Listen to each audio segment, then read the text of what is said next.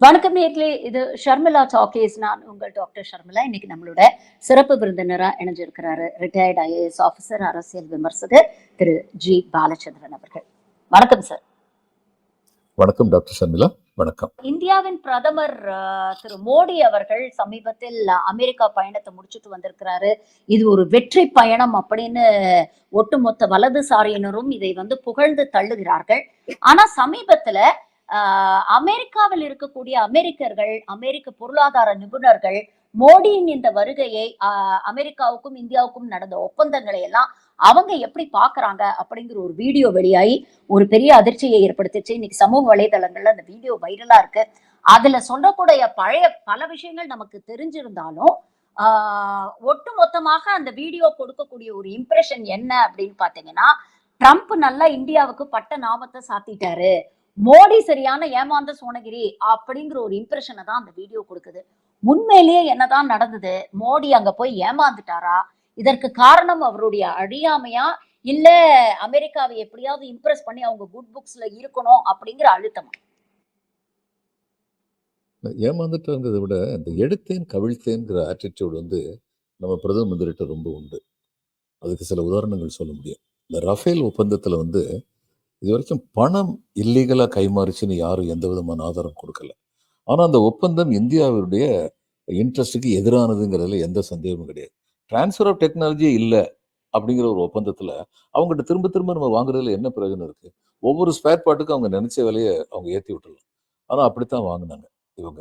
அது அந்த நேரத்தில் தன்னுடைய இந்தியாவில் தன் ஒருவனுடைய வாய்ஸ் தான் முக்கியம், நான் நினைத்தால் இந்தியாவில் எதையும் செய்வேன் அப்படிங்கிற அந்த ஆர்வக்கோளாறுன்னு சொல்லி நினைக்கிறேன் அந்த ராஃபேல்ல அவரு. ஏன்னா டிஃபென்ஸ் மினிஸ்ட்ரி சொன்ன அட்வைஸை இவர் கவனிக்கல. இவரா போய் அங்க போய் ஒரு ஒப்பந்தத்தை முடிச்சுட்டு வந்துட்டாரு. அதே மாதிரி தான் பண மதிப்பிழப்பு நடவடிக்கை. ஓவர் நைட் திடீர்னு இனிமே 500 ரூபாயும் 1000 ரூபாய் நோட்டு செல்லாதுன்னாரு. என்ன விளைவு வரும்னு எதிர்பார்த்தடா? அதை பத்தி தெரிஞ்சிருந்ததா? கியூல நின்ன சில பேர் செத்து போனாங்க. அவங்கள என்ன டாட்டாவும் பிர்லாவுமா, அதானியும் அம்பானியுமா? சாதாரண ஏழை மக்கள் கியூல இருந்தவங்க செத்து போனாங்க. அந்த அளவுக்கு ஒரு கிரைசிஸை இந்தியா பூரா உண்டாச்சு. அதே மாதிரி தான் கொரோனா சமயம். கொரோனா எங்க இருந்து வந்தது? வெளிநாட்டுல இருந்து வந்தது. வெளிநாட்டுக்கு பயணப்பட்டவங்க யாரு? வெளிநாட்டுக்கு பயணப்பட்டவங்க பெரும்பாலும் வசதியானவங்க. அந்த வசதியானவங்க பெரும்பாலும் இருக்கிறது எங்க? பெருநகரங்கள்ல இருக்காங்க. அப்ப நீங்க கன்ஸ்ட்ரக்ஷன் கொடுக்குறதுன்னா பெருநகரங்களுடைய மூவ்மெண்ட்டை கண்ட்ரோல் பண்ணியிருக்கலாம். இதுதான் லாஜிக்கல். ஆனா இந்தியா முழுமைக்குமே நாளையிலிருந்து இந்தியாவில் யாரும் வீட்டை விட்டு வெளியில போகக்கூடாதுன்னு சொல்லி சொன்னா, அன்றாடங்காட்சிகள் என்ன பண்ணாங்க? இங்க இருந்தா பொழப்பு நடக்காது, அப்போ நடந்தாவது நம்ம ஊருக்கு போய் சேர்ந்துருவோம். நடந்து போனாங்க. ரயில்வே ட்ராக்ல சைக்கிள்ல போனாங்க. ரயில்வே ட்ராக்ல நடந்து போய் ராத்திரி தூக்கத்துக்கு வழி இல்லாம ரயில்வே ட்ராக்ல தலையை வச்சு படுத்து அதுல 7-8 பேர் செத்தாங்க. இது எல்லாம் ஒரு மனிதருடைய திட்டமிடாமையின் காரணமாக நடந்தது. இப்போ அதே மாதிரி தான் இங்க என்ன இருக்கு? பிடன் போன தடவை தேர்தலில் நின்னாரு. மோடி ட்ரம்ப்பும் நின்னாரு. முதல் தரம் ட்ரம்ப் நின்னபோது அவர் தான் கண்டிப்பா ஜெயிக்க போறாரு அப்படிங்கிற ஒரு நம்பிக்கையில இவர் அகமதாபாத் கூட்டு ரொம்ப பெரிய மீட்டிங்லாம் போட்டு அமர்க்கலப்படுத்தினாரு. தவறு. அதை செய்யக்கூடாது. அது இன்னொரு நாட்டு அரசியல், உள்நாட்டு அரசியல நம்ம மூக்க நுழைக்கிற மாதிரி செஞ்சாரு. இவர் இந்த மாதிரி பல காரியங்கள் பண்ணியிருக்காரு. வெளிநாட்டுல போய் உள்நாட்டு அரசியலை பத்தி பேசுவார். அங்க போய் சொல்லுவாரு, இங்க ரொம்ப முக்கியம், இது மோசமான ஒரு லஞ்ச ஊழல் ஆட்சி நடந்துகிட்டு இருந்தது, நாங்க தான் இந்தியாவில் அந்த லஞ்ச ஊழலாம் தடுத்து நிப்பாட்டினோம் அப்படிம்பாரு. ரொம்ப தப்பான காரியம் இது மாதிரி பேசுறது, வெளிநாட்டுல போய் பேசுறது. அடுத்து ராகுல் காந்தி அதுக்கு பதில் சொன்னார்னா, இவர் வெளிநாட்டுல போய் உள்நாட்டு விவரத்தை பத்தி பேசுறாரு, இவங்களே ஆரம்பிப்பாங்க. இவர் சொன்னா தப்பு இல்லை, மாமியா உடைச்சா மண்குடம், மருமக உடைச்சா பொன்குடம் அப்படிங்கிற மாதிரி ஆரம்பிப்பாங்க. அதே மாதிரி அந்த தப்பை பண்ணாரு. அந்த நேரத்துல இவர் ட்ரம்ப் தோத்துட்டாரு. இந்த தரம் போயிருந்த போது பிடனை போய் பார்த்தாரு, ட்ரம்ப்பை போய் பார்க்கல. எலெக்ஷனுக்கு முன்னாடி, யூஎஸ் எலெக்ஷனுக்கு முன்னாடி. இப்ப பிடன் கொஞ்சம் பெருந்தன்மையான ஒரு மனிதர். ட்ரம்ப் அது மாதிரி கிடையாது. அப்ப அவருக்கு மனசுல விழுந்துருச்சு, இவன் ஆதாயம் தேடுறதுக்கு மட்டும்தான் நம்மளை தேடி வர்றான் அப்படின்னு. இப்ப பெர்சனல் ஃப்ரெண்ட்ஷிப், அதெல்லாம் பெர்சனல் ஃப்ரெண்ட்ஷிப்புக்கும் இன்டர்நேஷனல் ரிலேஷனுக்கும் சம்பந்தமே கிடையாது. அப்படி பெர்சனல் ஃப்ரெண்ட்ஷிப் சொல்றது ஒரு வெளி வேஷம் தான் இவர் நினைச்சிட்டார், ட்ரம்ப் நினைச்சிட்டார். இந்த நேரத்துல நம்ம இன்னொன்னு என்ன பார்க்கணும்னா, இன்னைக்கு அமெரிக்கா முந்தி இருந்த ஒரு பலமான நிலைமையில் இன்னைக்கு கிடையாது. அமெரிக்கா பல விதத்திலையும் தன்னுடைய எக்கனாமிக் பவர் டிக்ளைனிங்கா இருக்கு. அதனால அவங்களுக்கு சில விஷயங்கள்ல விட்டு கொடுக்கவே முடியாது. இந்த பேலன்ஸ் ஆஃப் ட்ரேட்னு சொல்லுவாங்க. இப்போ நம்ம 2 பேரும் வியாபாரம் பண்றோம்னு சொல்லி வைங்க. என்னோட திங்ஸ் உங்களுக்கு தேவைப்படுது, உங்களோட திங்ஸ் எனக்கு தேவைப்படுது. அப்ப நீங்க எங்கிட்ட வாங்குற பொருளுக்கு நான் ஒரு லாபம் பார்க்குறேன். அதே மாரி நீங்க என்கிட்ட விக்கிற பொருளுக்கும் நீங்க லாபம் பார்க்கணும்னு நினைப்பீங்க. இப்ப நான் வந்து உங்ககிட்ட ரூ. 1,00,00,000 வியாபாரம் பண்ணிட்டு, நீங்க என்கிட்ட வந்து வெறும் ரூ. 50,00,000 மட்டும் தான் வியாபாரம் பண்ணா, நான் 1,00,00,000ல பண்ண வியாபாரத்துல என்னுடைய லாபம் அதிகம். 50,00,000 நீங்க பண்ற வியாபாரத்துல உங்க லாபம் கம்மி. அப்ப பேலன்ஸ் ஆஃப் ட்ரேடுங்கிறது என்ன? 2 பேருக்கு இடையில நடக்கிற வர்த்தகத்துல வந்து எனக்கு அதிக பலன் இருக்கு, உங்களுக்கு கிடையாது. இதுதான் உண்மை. இதே மாரி தான் இன்னைக்கு அமெரிக்காவுக்கு பல நாடுகள் கூட பேலன்ஸ் ஆஃப் ட்ரேடு இல்ல. அதுல ஒண்ணு இந்தியா. அப்ப இவர் என்ன சொல்றாரு, இந்தியாட்ட வந்து, நீங்க வந்து எதெல்லாம் எங்க நாட்டுலருந்து வாங்குறீங்களோ, அதுக்கெல்லாம் நீங்க வந்து அதிகமா இது வேற போடுறீங்க. டாக்ஸ் வேற போடுறீங்க. நாங்க உங்ககிட்ட இருந்து வாங்குறதுக்கெல்லாம் நாங்க டாக்ஸ் போடல. அல்லது ரொம்ப கம்மியா டாக்ஸ் போடுறோம். அப்ப எங்களுக்கு வந்து உங்க நாட்டுல இருந்து வர்ற வருமானம் கம்மி. உங்களுக்கு எங்க நாட்டுல இருந்து வருமானம் ஜாஸ்தி. அதனால இனிமே டிட் ஃபார் டாட். நீங்க 10 50% இது போடுறீங்களா? டாக்ஸ் போடுறீங்களா? நாங்களும் 50% போடுவோம். இது நமக்கு மட்டும் இல்ல. அவர் சைனாவுக்கு சொன்னாரு, ரஷ்யாவுக்கு சொன்னாரு. சில பேர் வந்து விரோதிகளா பாவிச்சுக்கிட்டு உடனே ஏத்துனாரு. ஆனா நம்மட்டயும் வந்து அந்த வார்னிங் வந்து குடுத்து வச்சிருக்காரு. இப்படிலாம் இருக்கும்போது நிலைமை வந்து என்னன்னா, எல்லாருக்கும் தெரியும் ட்ரம்ப் வந்து ஏதாவது சொன்னா செஞ்சுருவாரு. அதனால வர பின்விளைவுகள பத்தி அதுல அந்த ஒரு விதத்துல அவரும் மோதியும் ஒண்ணுதான். பின்விளைவுகள பத்தி கவலைப்படாம டக்குன்னு நெனைச்சத வந்து பண்ணி வச்சுருவாரு. இப்ப இப்படி பண்ணும்போது, அமெரிக்க மக்களுக்கும் அதுல வந்து இடைஞ்சல் இருக்கு. ஒரு சின்ன உதாரணம் குடுக்குறேன் நானு. இப்ப இங்க இருந்து லெதர் குட்ஸ் வந்து நம்ம நல்லா எக்ஸ்போர்ட் பண்றோம். ஏற்கனவே லெதர் குட்ஸ்க்கு வந்து அவங்க ரொம்ப டாக்ஸ் பண்றாங்க. அது வேற விஷயம். அ ஏதோ ஒரு கமோடிட்டின்னு வச்சுக்குவோம். அந்த கமோடி இங்கருந்து அரிசி போகுது. அரிசிக்கு வந்து அவங்க வந்து ஒரு $100 மதிப்புள்ள அரிசி வந்து நம்ம அனுப்புனோம்னா, அதுல வந்து கவர்ன்மென்ட்டுடைய டாக்ஸ் வந்து 10 இந்த கஸ்டம்ஸ் டியூட்டின்னு சொல்றாங்கல்ல. அது ம். 10% போட்டாங்கன்னா $110 ஆகுது. அப்ப நான் $100க்கு விக்கும்போது, இங்கருந்து விக்கும்போது, யாரு என்கிட்ட இருந்து அங்க ஹோல்சேல் ட்ரேடர் வாங்குறாரோ, அவர் வந்து $110க்கு அத வாங்க வேண்டியிருக்கு. ஏன்னா $10 கவர்ன்மென்ட்க்கு டாக்ஸ் கட்ட வேண்டும். ம். $110க்கு வாங்குற அவர் வந்து ஒரு 25% லாபம் வச்சுக்கிட்டு அவர் வந்து விப்பாரு. அப்படி 25% லாபம் வைக்கும்போது $27 மேல வச்சு $137க்கு அவர் விப்பாரு ரீட்டெயில் ட்ரேடருக்கு. இந்த பெரிய பெரிய மால் இந்த மாதிரி ஆளுங்களுக்கெல்லாம். அவங்க அவங்களுடைய ப்ராஃபிட் வச்சுக்குவாங்க. அவங்க ஒரு 20% வச்சுக்கிட்டாங்கன்னா, இந்த 137ல 20%ங்கிறது இன்னொரு $27 ஆகுது. அப்போ உங்களுக்கு வந்து 137 பிளஸ் 27 $164. இங்க $100க்கு நம்ம விக்கிறது. அங்க உள்ள அமெரிக்கால சமையலுக்குன்னு வாங்கும்போது $164 அவங்களுக்கு ஆகுது. இது எப்போ? அமெரிக்கா கவர்மெண்ட் $10 மட்டும் டாக்ஸ் மட்டும் போகுது. அவங்க டாக்ஸ் $50 ஆக்குனாங்கன்னு வைங்க. $40 கூடுச்சுன்னா, இந்த 137 உடனடியா வந்து 177 ஆகும். 164 வந்து 184 ஆகும். உடனடியா. அப்போ இதுவரைக்கும் 164லயோ, $160லயோ வாங்கிக்கிட்டு இருந்த ஒருத்தர், இன்னைக்கு $184 வாங்கணும்னா, அமெரிக்க மக்கள அது பாதிக்கும். நிச்சயமா பாதிக்கும். It's a two edged weapon. ம். அதனால இதெல்லாம் வந்து முதல்ல கேட்கறதுக்கு நல்லா இருக்கு. ட்ரம்ப் செய்வாரா? செஞ்சா அதனால வர இம்பாக்ட் என்ன? இதெல்லாம் ஒரு பக்கம் இருக்கட்டும். எல்லாருக்கும் என்ன தெரியும்னா, ட்ரம்ப் நினைச்சாருன்னா ஆர்டர் போட்டுருவாரு. அப்ப இவர் என்ன பண்ணாரு? இந்த தடாலடி இதுக்கு பேர் போன நம்முடைய பிரதமர் என்ன பண்ணாரு? அங்க போறதுக்கு முன்னாடியே நம்ம அவங்களுடைய விஷயத்துல சில விஷயங்கள் வந்து டியூட்டிய குறைச்சிருவோம். குறைச்சா கொஞ்சம் சந்தோஷப்படுவார்ன்னு எதுல டியூட்டிய குறைச்சாரு? மது வகைகள்ல டியூட்டிய குறைச்சாரு. அங்கிருந்து வர்ற மது வகைகள்ல டியூட்டிய கொஞ்சம் குறைச்சாரு. குறைச்சிட்டு, சரி இப்ப கொஞ்சம் நல்ல மூட்ல இருப்பாரு அப்படின்னு நினைச்சுட்டு போனாரு. இவர் போறதுக்கு முந்தி அவங்க வந்து 180 இந்தியர்கள வந்து அனுப்புனாங்க. இவர் போனதுக்கு அப்புறம் அங்க உட்கார்ந்து இருந்த போதும் 180 இந்தியர்கள அனுப்புனாங்க. இப்ப இந்த 180 இந்தியர்கள அனுப்புனதுங்கிறது வந்து, எல்லாருக்கும் வந்து என்ன தோணும்னா, நமக்கே வந்து நம்ம நாட்டுல இருந்து போயிருக்காங்க. அவள கையிலயும் கால்லயும் விலங்கு ஓட்டி வந்து கூட்டு வரணுமா? அப்படிங்கிறது நமக்கு தோணும். கொலம்பியா வந்து ஒரு சின்ன நாடு. அவங்க என்ன சொன்னாங்க, "நீ என்னுடைய நாட்டு ஆளுங்கள வந்து நீ உன்னுடைய ஏர்கிராஃப்ட்ட வந்து இங்க இறக்கு, அதுல விலங்கோட இறக்கணும்னு ஏத்துக்க மாட்டேன். நான் என் பிளேனயே அனுப்பி வைக்கிறேன்." அப்படின்னு சொன்னாங்க. அத அமெரிக்கா ஏத்துக்கலங்கிறது வேற விஷயம். ஆனா at least they made that noise. நம்ம ஒண்ணுமே செய்யல. இப்ப அமெரிக்கர்களுடைய கருத்துப்படி பாருங்க. இப்ப நமக்கு வந்து இவ்வளவு பதட்டம் வருதே, அவங்களுடைய பதட்டம் என்னவா இருக்கும்னா, அமெரிக்க அரசு, இந்த விலங்கே மாட்டாம நம்ம வந்து உட்கார வச்சிருக்கோம் பிளேன்ல, எவனாவது ஒருத்தன் கீழ குதிச்சு செத்து போயிட்டான்னா, உடனடியா இங்க உள்ள ஹியூமன் ரைட் ஆர்கனைசேஷன் அத்தனை பேரும் நம்மள பிடிச்சு வாங்குன்னு வாங்கிருவாங்களே. அதனால பத்திரமா கொண்டு போய் சேர்த்துருவோம். விலங்க போட்டு கொண்டு போய் சேர்த்துருவோம். அப்படிங்கிறத விட அவங்களுடைய நோக்கமா இருக்கலாம். அவங்க நாட்டு சட்டம் அப்படி இருக்கு. ஆனா, நம்ம இதுல இன்னொன்னு செஞ்சிருக்கலாம்ல. நம்ம வந்து சொல்லியிருக்கலாம், எங்களுடைய விமானங்கள் நாங்க அனுப்புறோம். எங்களுடைய நாட்டு குடிமக்கள வந்து அங்கிருந்து நாங்க கொண்டு வந்துர்றோம். அவங்க செஞ்சது தப்பு தான். உங்க நாட்டு சட்டப்படி அவங்க வெளியில போணும். நாங்க கூட்டு வந்துக்கிறோம். இடையில அவங்க நீங்க பயப்படுற மாரி ஏதாவது நடந்துச்சுன்னா, அதுக்கு நாங்க தான பொறுப்பு. இப்ப உண்மையிலேயே நம்ம கொண்டு வரும்போது ஒருத்தர் கீழ குதிச்சு செத்துட்டாருன்னு வைங்க. அமெரிக்காவை யாரும் குறை சொல்ல முடியாது, இந்தியாவை தான் குறை சொல்ல முடியும் அப்படின்னு ஒரு ரிக்வஸ்டாவது நம்ம பண்ணிருக்கலாமே. அந்த ரிக்வஸ்ட் கூட இவர் பண்ணல. பெரிய நாடு, 4வது பொருளாதார வலிமை மிக்க நாடு, 3வது பொருளாதார வலிமை மிக்க நாடு ஆகப் போவதாக்கும் விஸ்வகுரு. இவர் நினைச்சாருன்னா உக்ரைனுக்கும் ரஷ்யாவுக்கு இடையில உள்ள பிரச்சனையை தீர்க்கிறதுக்கு உலகத்துல ஒரே ஆள் இவர் தான். இப்படிலாம் சொல்றீங்களே, உங்க சொந்த நாட்டு இன்ட்ரெஸ்ட், சொந்த நாட்டு மக்கள் போனது திருட்டுத்தனமா போனாங்கன்னா அதுக்கு அவங்களுக்கு தண்டனை இருக்கத்தான் செய்யும். நம்ம நாட்டு மக்கள்ங்கிறதுக்காக ஒருத்தர் வந்து திருட்டுத்தனம் பண்றதை நம்ம ஆமோதிக்க முடியாது. அதுக்கு வந்து அவங்களை வெளியேற்றுறதுங்கிறத பத்தி நம்ம ஒண்ணும் சொல்ல முடியாது. ஆனால் என் நாட்டு மக்கள் கண்ணியமாக வெளியேற்றப்பட வேண்டும் குரல் கொடுத்திருக்கலாமே, குரல் கொடுக்கவே இல்லை. அடுத்து வந்து இவரை பக்கத்துல வச்சுக்கிட்டு பிரஸ் கான்ஃபரன்ஸ்ல வந்து ட்ரம்ப் வந்து சொல்றாரு, இந்தியா வந்து கொஞ்சம் அதிகமாக தான் டியூட்டிலாம் போட்டுட்டு இருக்காங்க எங்க இது மேல, பழிக்கு பழி, ரத்தத்துக்கு ரத்தம், கத்திக்கு கத்தி அப்படின்னு அவர் பேசுறாரு. நாங்களும் அது மாதிரி டியூட்டி போடுவோம் அப்படின்னு. இவரால் என்ன செய்ய முடிஞ்சது? ஒன்றும் செய்ய முடியல. அதனால இதை இந்த எல்லா விதத்திலையும் இது வந்து மிகப்பெரிய தோல்வி அப்படிங்கிறதுல சந்தேகமே கிடையாது. அடுத்து என்ன பண்ணாரு? இந்த ஏஜ் ஓல்டு பிராக்டிஸ், எதையும் பிசினஸ்ல வளைச்சு போட்டுடலாம். இவங்க எதுக்கு வந்திருக்காங்க? எதுக்காக வந்து பிரிட்டிஷ்காரன் வெள்ளைக்காரன் இங்க வந்தா? வியாபாரத்துக்கு வந்தான், பணம் பண்றதுக்கு வந்தான்.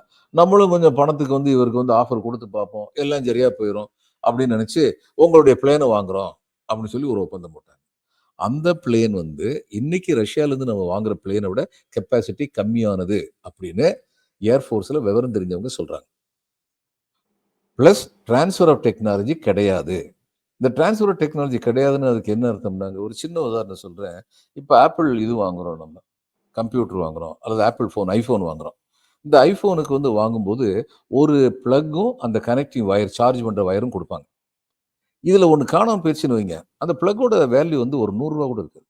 ஆனா காணாம போயிடுச்சுன்னா அதுக்கு விலை எவ்வளவு? ரூ. 1100. சார்ஜிங் கார்டு வந்து காணாம போயிடுச்சுன்னா அல்லது ரிப்பேரா போயிடுச்சுன்னா அதுக்கு விலை எவ்வளவு? ரூ. 1500. இது அவங்களுடைய டெக்னாலஜி. அந்த டெக்னாலஜி நம்ம டிரான்ஸ்ஃபர் பண்ணலைன்னா நம்ம இந்த பணம் கொடுத்து அதை வாங்க வேண்டியிருக்கும். அதே மாதிரி தான் இந்த பிளேன்லையும் இவங்க சின்ன சின்ன ஸ்பேர் பார்ட்ஸ் எல்லாம், ஒரு சின்ன ஸ்பேர் பார்ட்டுக்கு முதற்கொண்டு என்ன விலை வேணாலும் அவங்க வைக்கலாம், சந்தேகமே இல்லாம. திருவண்ணாமலைன்னு ஒரு இடத்துக்கு நாங்கள் குடும்பத்தோட போய்கிட்டு இருந்தோம். அந்நேரம் வந்து கார் ரிப்பேராக போயிடுச்சு, அம்பாசடர் கார்.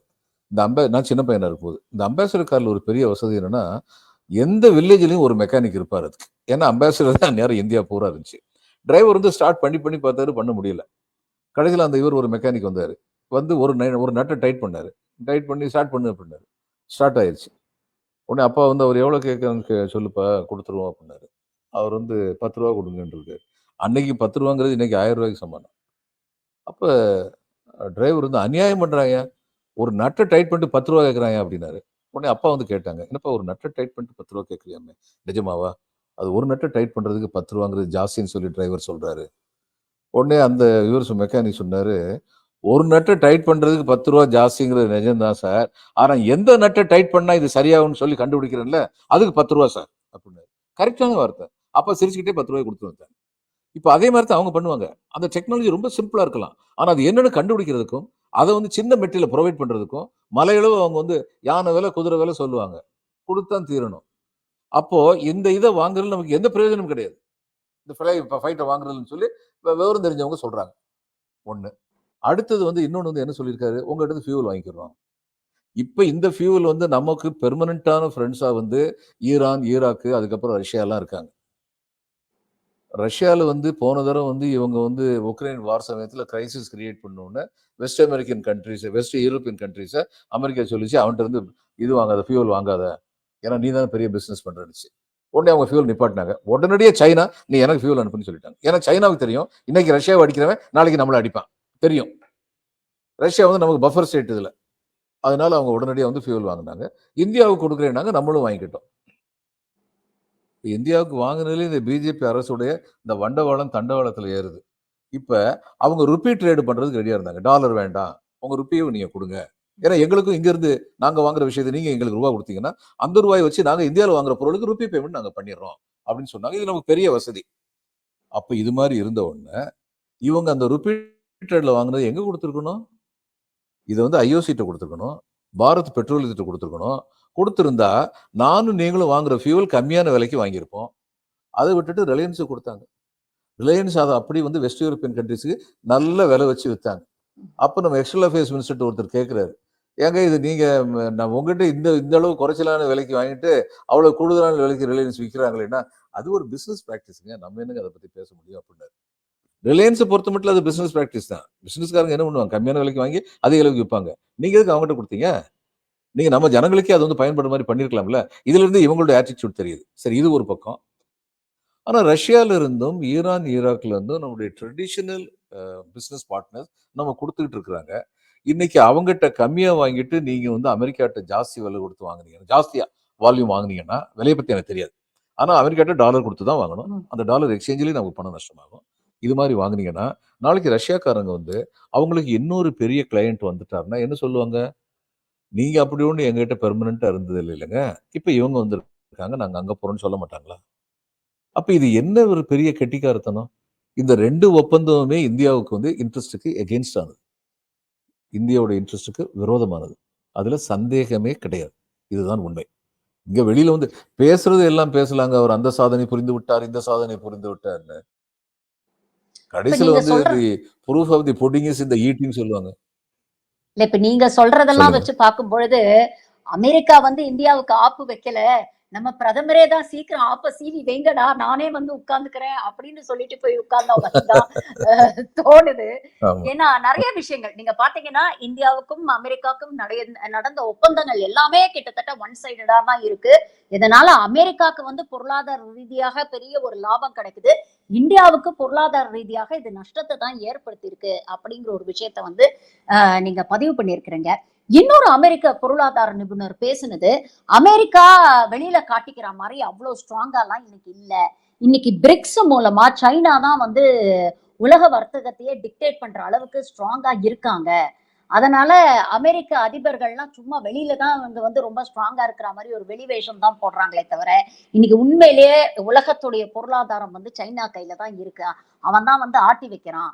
அப்படிங்கிற ஒரு விஷயத்த பதிவு பண்ணிருக்காங்க. இத நாம எப்படி புரிஞ்சுக்கிறது? உண்மையிலேயே பிரிக்ஸ் பார்த்து அமெரிக்கா பயப்படுதுன்னு நினைக்கிறீங்களா? ட்ரம்ப் வந்து இத எப்படி எதிர்கொள்ள போகிறார்? இல்ல பயப்படுறாங்க. அத ட்ரம்ப் கிளீனா சொல்லிட்டார்ல. ஏன்னா பிரிக் வந்து தங்களுக்கு ஒரு பார்ட்டரிங் கரன்சி உருவாக்கணும்னு பார்த்தாங்க. ரஷ்யாவுடைய ரூபிள், இந்தியாவுடைய ருப்பி, சைனாவுடைய யுவான். முதல்ல பிரிக்ல வந்து 4 பேர் இருந்தாங்க. அதுக்கப்புறம் சவுத் ஆப்பிரிக்கா வந்து சேர்ந்தாங்க. Brazil, south Africa, Russia, China, India 5 சேர்ந்தது தான் பிரிக்ஸ். நான் ஹெல்த்ல வந்து அடிஷனல் செக்ரட்டரியா இருந்ததெல்லாம் சில ரொம்ப உபயோகமான காரியங்கள் நடந்தது. இந்த ஹெல்த்லலாம் exchange of technology, man power இது மாதிரிலாம் பல விஷயங்களுக்கு வந்து இவங்களுக்குள்ள ஒப்பந்தம் போட ஆரம்பிச்சுட்டாங்க. இது வந்து இந்த 5 நாடுகளுக்குமே பிரயோஜனமானது. அப்புறம் இது பாப்புலேஷன் வைஸ் பார்த்தீங்கன்னா, இந்த 5மே வந்து திக்லி பாப்புலேட்டட் தான்.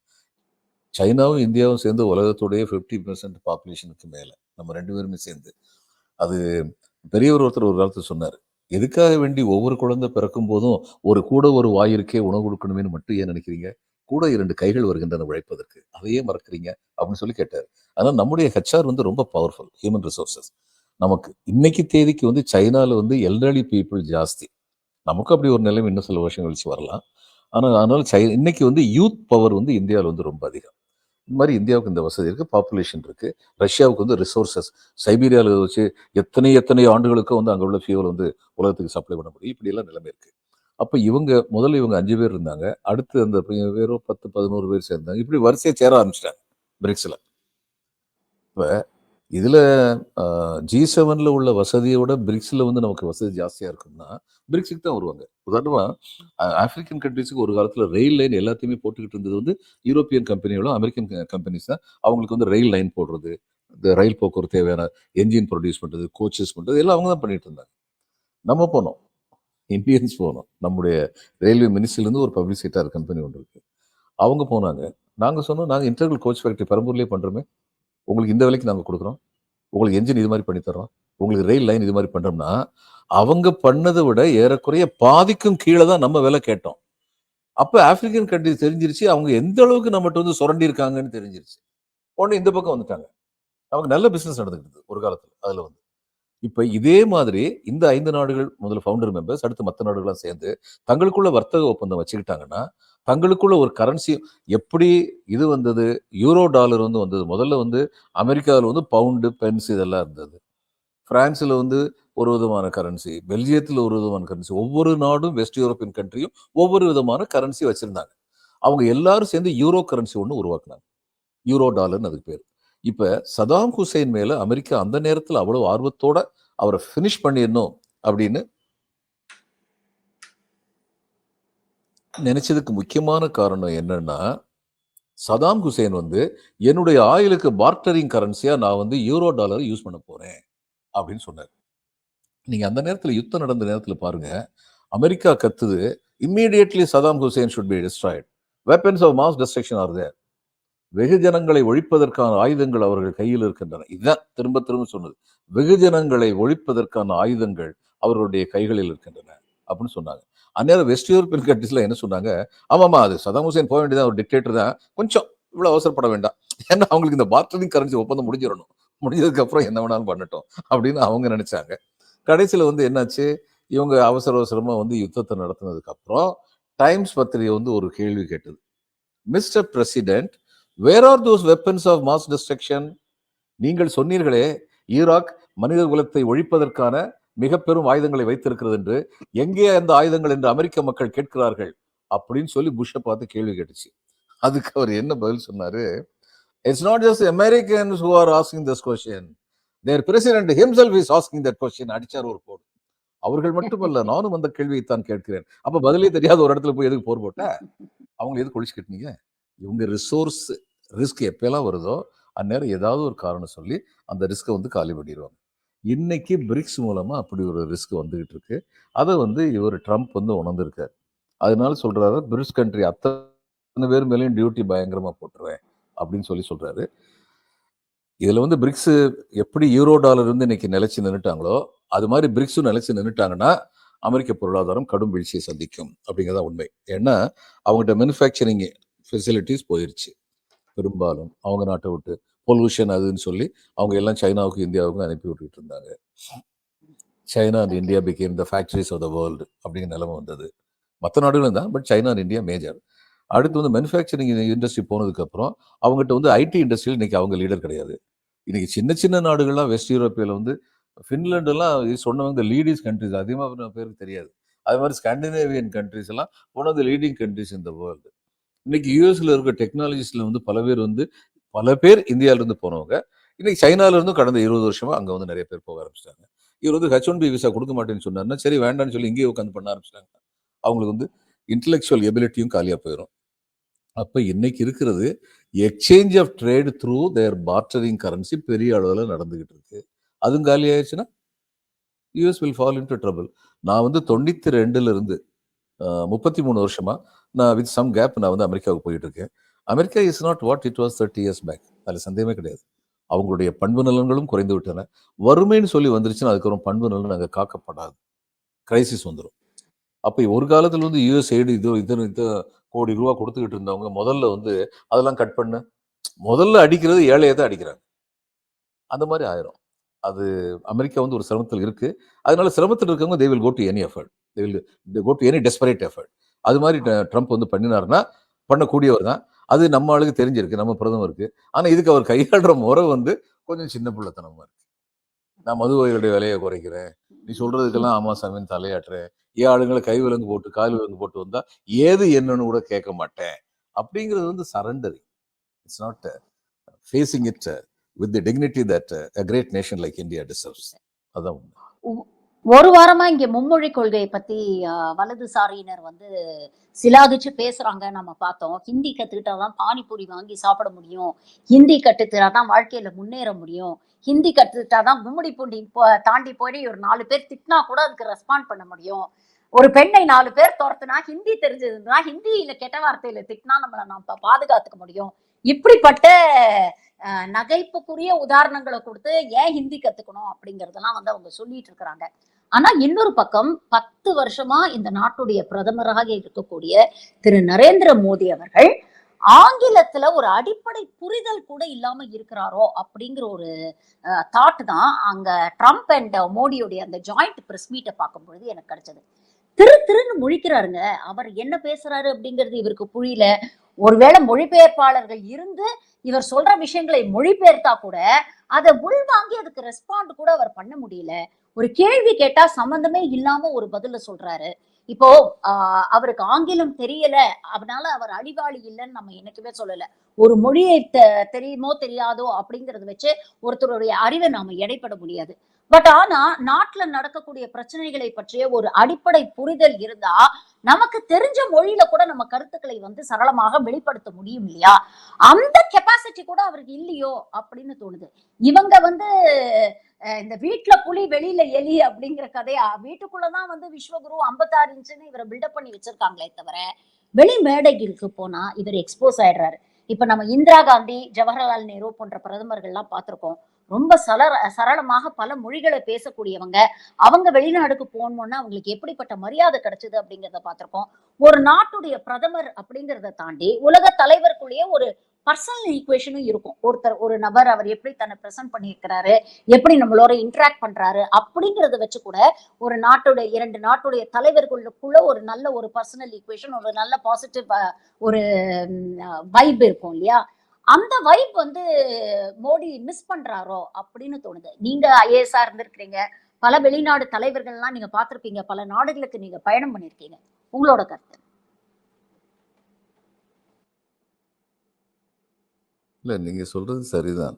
அதாவது ஒரு தருணம் மதுரையில வந்து intimately I set I will welcome question answer session. ஏதாவது கேள்வி கேட்கணும்னா கேளுங்க அப்படின்னு. அதுல ஒருத்தர் என்கிட்ட வந்து ரொம்ப ஆக்ரோஷமா சொன்னாரு, "சார் நான் டெல்லிக்கு போறேன். என் காரியமா போறேன். அங்க எல்லாரும் ஹிந்தியில தான் பேசுறாங்க சார்.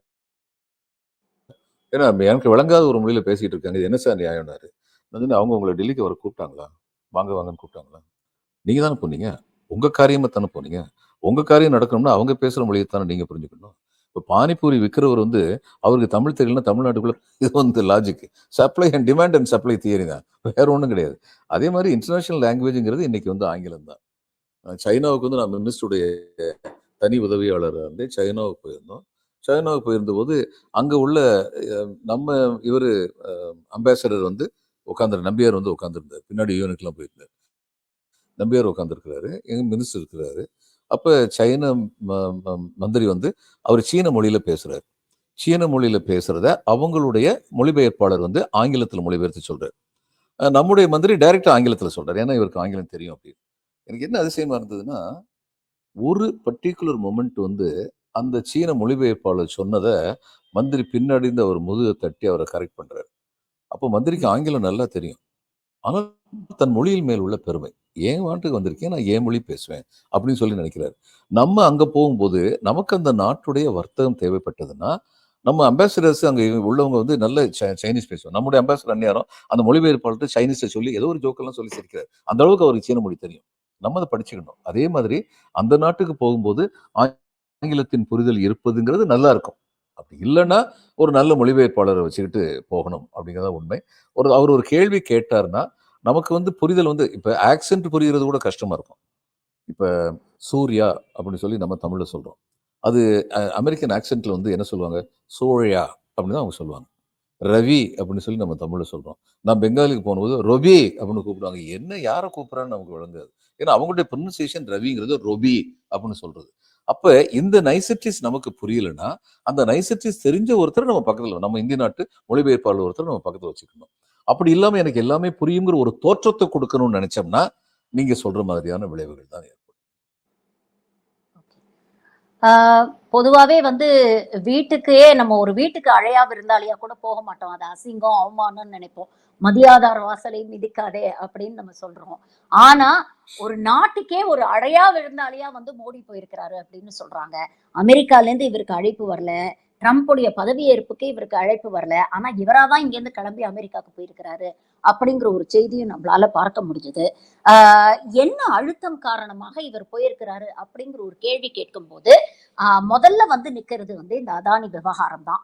அதானி விவகாரத்தை ஒட்டி அங்க பிரஸ் மீட்ல கேட்ட கேள்விக்கு கூட நீங்க பாத்தீங்கன்னா, ஒரு ஒரு நாட்டுடைய தலைவர் வந்து எப்படி வேணா பதில் சொல்லியிருந்திருக்கலாம்.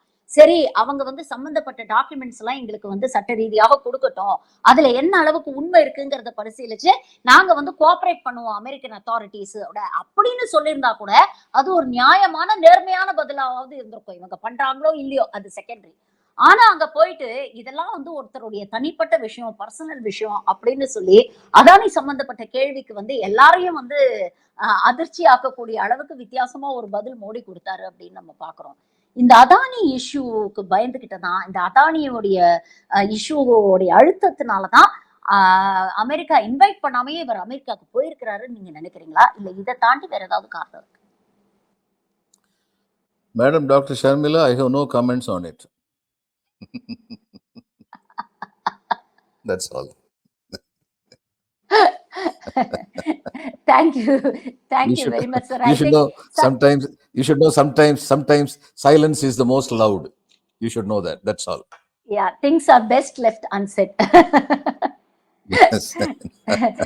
Thank you very much sir. பல விஷயங்களை இன்னைக்கு எங்களோட பகிர்ந்துக்கிட்டீங்க. ஓவரால் இந்தியா அமெரிக்காக்கு இடையே பல வர்த்தக ரீதியான தொடர்புகளை வந்து மோடி ஏற்படுத்திட்டாரு. அது ஒரு பெரிய விஷயமாக வந்து இங்க பேசப்பட்டாலும், இந்தியாவுக்கு ஒரு பெரிய பொருளாதார இழப்பு தான் இது மூலமா வருது அப்படின்னு அமெரிக்க பொருளாதார நிபுணர்கள், இந்திய பொருளாதார நிபுணர்கள் வைக்கக்கூடிய விமர்சனங்கள் வந்து எந்த அளவுக்கு வந்து முக்கியத்துவம் பெற்றது அப்படிங்கறத வந்து ரொம்ப அழகா தெளிவா எங்களுக்கு புரியுற மாதிரி சொன்னீங்க. இன்னொரு பக்கம் இந்த கும்பமேளா போன்ற நிகழ்வுகளை பார்க்கும் பொழுது கோடி கோடியா மக்கள் அங்க போய் அந்த தண்ணி வந்து குளிக்க இல்ல வேற எதுக்குமே பயன்படுத்துற அளவுக்கு தகுதி இல்லாத ஒரு தண்ணி அப்படின்னு சொன்னதுக்கு அப்புறமும் அதுல போய் முங்குறோம், நாங்க குளிக்கிறோம் குடிக்கிறோம் அப்படின்னு சொல்லக்கூடிய இந்த மூட நம்பிக்கையினால் கிட்டத்தட்ட முட்டாளாக்கப்பட்ட பிரெயின் வாஷ் பண்ணப்பட்ட ஒரு மக்களுக்கு வந்து இது போன்ற பிரதமர் தான் தேவையோ அப்படின்னு கூட சில நேரங்கள்ல வந்து நம்ம நினைக்க வைக்குது அன்பார்ச்சுனேட்லி. பட் பல விஷயங்களை இன்னைக்கு எங்களோட ஷேர் பண்ணிட்டீங்க. Thank you very much for your time and opinion sir. வணக்கம் டாக்டர் ஷர்மிளா. வணக்கம்.